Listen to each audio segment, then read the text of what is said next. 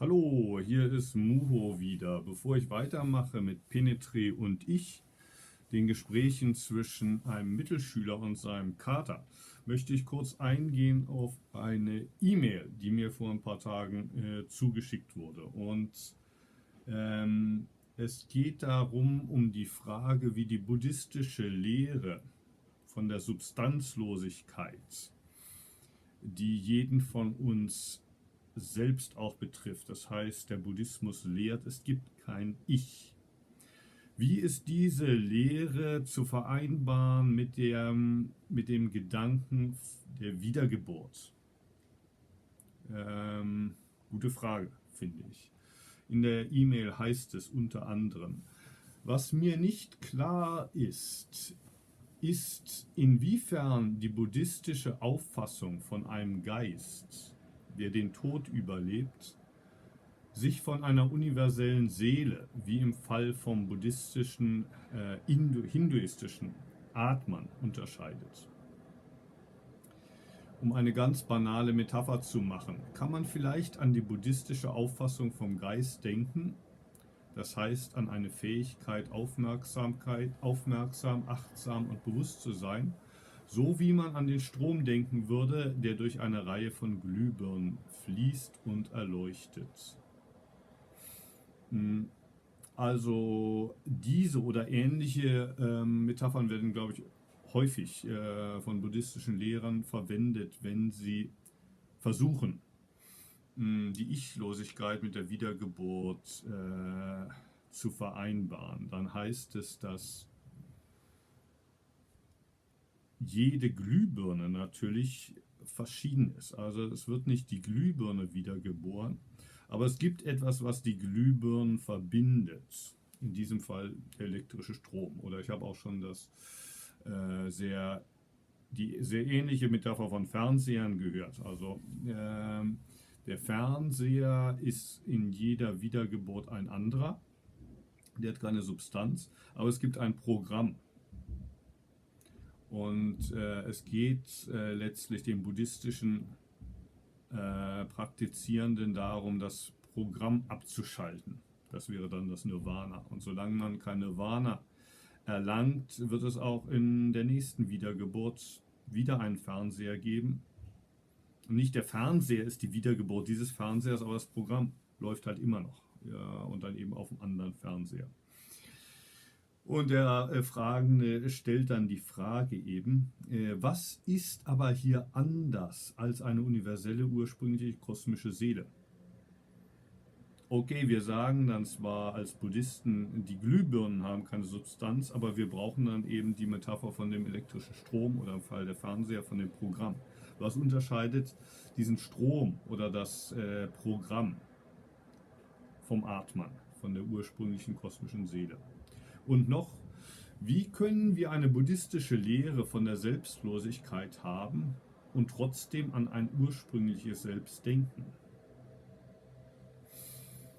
Es kann bestimmt sein, dieses sind alles blöde Fragen und meine Unfähigkeit zu verstehen liegt an meinem Hintergrund und Philosophiestudium und an meinem aktuellen Vorzug für einen naturwissenschaftlichen Ansatz beim Verstehen unserer innerlichen und äußerlichen Welt und so weiter.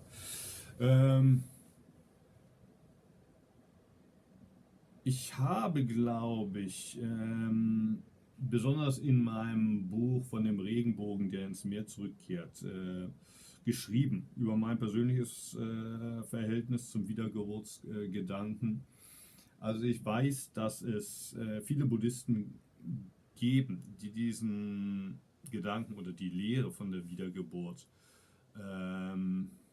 sehr ernst nehmen und da dann auch im buchstäblichen Sinne daran glauben. Besonders für die tibetischen Buddhisten ist diese Lehre, glaube ich, sehr wichtig und für die Theravada-Anhänger eigentlich auch. Das heißt, es sind vor allem die Zen-Leute, für die die Frage, gibt es eine Wiedergeburt oder nicht, eigentlich sekundär ist. Ich kenne viele Zen-Buddhisten, die diese Lehre direkt verleugnen und sagen, das ist Hokuspokus aus den alten Zeiten noch vor dem Buddha. Und der Buddha hat diese Lehre in seinen Lehrreden verwendet, weil das damals Common Sense war in Indien. Aber wenn er einmal direkt darauf angesprochen wurde, ja, gibt es ein Leben nach dem Tod oder nicht, da hat sich der Buddha nicht klar drüber geäußert, zumindest so wie ich das mitgekriegt habe in den Sutren. Das Beispiel, das er dann immer verwendet, ist das von einem Giftpfeil. Hier in diesem Moment bist du getroffen worden von einem Giftpfeil. Stell dir das vor. Würdest du dann fragen, wer hat diesen Giftpfeil geschossen? Aus was für einem Holz ist der Pfeil gemacht? Mit welchem Gift ist der Pfeil bestrichen worden? Warum hat derjenige den auf mich geschossen? Welcher Kaste gehört er an und so weiter und so weiter? Nein. Wenn dich der Giftpfeil getroffen hat, alles, was du zu tun hast, das, worum es dir zu gehen hat, ist den Pfeil aus deinem Fleisch rauszuziehen und das so schnell wie möglich. Das heißt, der Punkt, um den es dem Buddha geht, ist, wie gehst du mit dem Leiden in diesem Leben um? Und das war für mich eigentlich auch immer die wesentliche Frage. Wie lebe ich dieses Leben oder wie lebe ich diesen einen Tag? Und was morgen kommt, das ist eine Frage, mit der ich mich morgen beschäftigen kann. Insofern, ich habe keine Probleme damit, wenn es wirklich eine Wiedergeburt geben sollte und es gibt ein nächstes Leben. Gut, das werde ich auch noch überleben, schätze ich mal. Ne? Und wenn es kein nächstes Leben gibt, dann löst sich das Problem mit dem Tod. Insofern, ich bin in beide Richtungen vollkommen offen. Persönlich tendiere ich eher, so wie der Fragesteller wahrscheinlich auch, zu der Auffassung, dass sich im Buddhismus mit der Lehre von der Selbstlosigkeit eigentlich der Wiedergeburtsgedanke erledigen müsste. Aber ich bin offen. Also wenn ich in 100 Jahren oder wahrscheinlich schon früher, in 30, spätestens 40 Jahren eines Besseren belehrt werde, okay. Okay, und wenn ich dann wegen meines Unglaubens in die Hölle fahren sollte,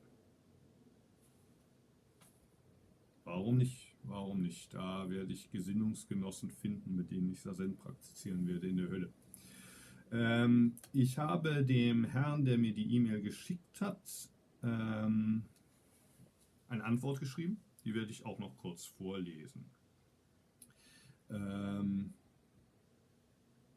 Die geht so: Lieber Herr, Sie sind nicht der Einzige, der Schwierigkeiten hat, die Lehre von der Ich- oder Selbstlosigkeit mit dem Wiedergeburtsgedanken zusammenzubringen. Wenn es kein Ich gibt, was wird wiedergeboren? Wenn es kein Ich gibt, wer ist sich dessen bewusst, dass der Muho gerade am Computer schreibt? Also das sind, glaube ich, zwei ganz verschiedene Fragen, die gegensätzlichen Fragen. Die erste Frage, die geht so ein bisschen in die Richtung, was auch der Fragesteller andeuten will. Wenn der Buddhismus recht hat, dass es kein Ich gibt, und davon gehen wir als Buddhisten aus, was wird wiedergeboren? Da kann nichts wiedergeboren werden, also brauchen wir eigentlich die Lehre von der Wiedergeburt nicht. Die zweite Frage geht aber jetzt in die umgekehrte Richtung. Wenn der Buddhismus wirklich recht damit hat, dass es kein Ich gibt, da ist ja trotzdem dieses Bewusstsein von mir, wenn ich am Computer schreibe, oder ich bin mir bewusst, wie der Muho jetzt in die Kamera spricht und was er da spricht.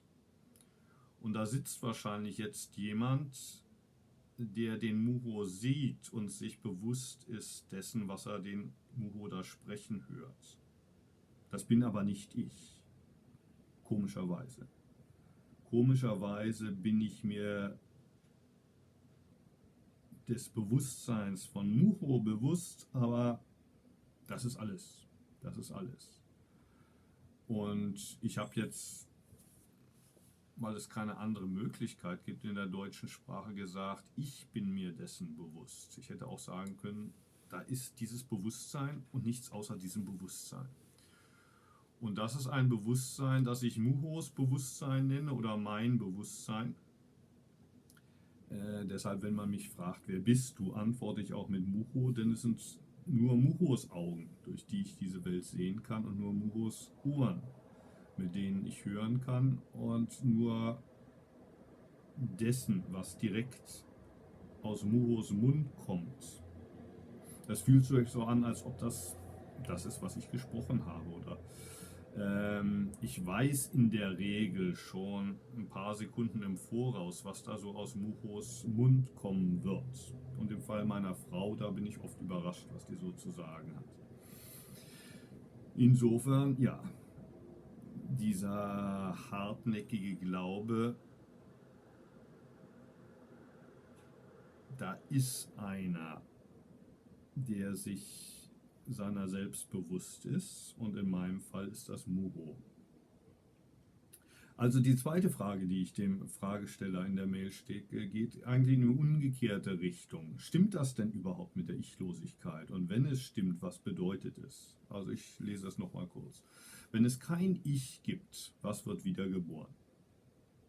Also hier die Frage, stimmt das überhaupt mit der Wiedergeburt? Und die zweite Frage, wenn es kein Ich gibt, wer ist sich dessen bewusst, dass der Muho gerade am Computer schreibt? Also die Frage hier, stimmt denn das mit der Ichlosigkeit? Was wird denn da überhaupt behauptet?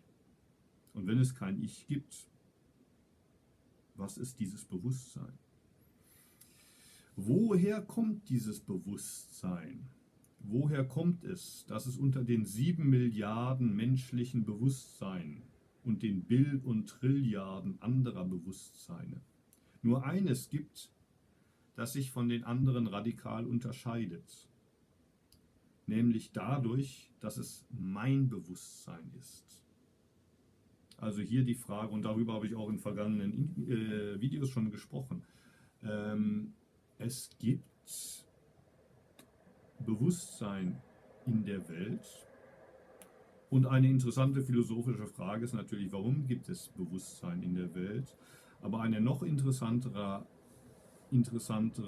Frage ist, warum gibt es zumindest in diesem Moment heute ein und nur ein Bewusstsein, das sich von den anderen Bewusstseinen dadurch unterscheidet, dass es aktuell tatsächlich bewusst ist. Und keiner von uns mit gesundem Menschenverstand würde wahrscheinlich leugnen wollen, dass es auch noch andere Bewusstseine gibt, die sich wahrscheinlich auch bewusst sind, aber sie sind sich nicht in diesem Moment aktuell bewusst. Und normalerweise drücken wir das so aus: Ich bin mir meines Bewusstseins bewusst und ihr seid euch eures jeweiligen Bewusstseins bewusst. Aber woher kommt das überhaupt, dass es so ein Bewusstsein gibt, das in diesem Moment tatsächlich bewusst ist? Und nur eins eben. Wie kommt es, dass, wenn die Esoteriker recht damit haben sollten, dass wir eigentlich alle eins sind, dass wir alle eins sind mit dem kosmischen Bewusstsein? Und Ähnliches wird auch immer wieder von Buddhisten gesagt. Wenn das stimmt, wie kommt es, dass ich mir nicht der ganzen Welt, des ganzen Kosmoses bewusst bin? Und wie kommt es, dass wahrscheinlich keiner von euch wirklich genau weiß, was in meinem Bewusstsein sich jetzt abspielt. Wie kommt das?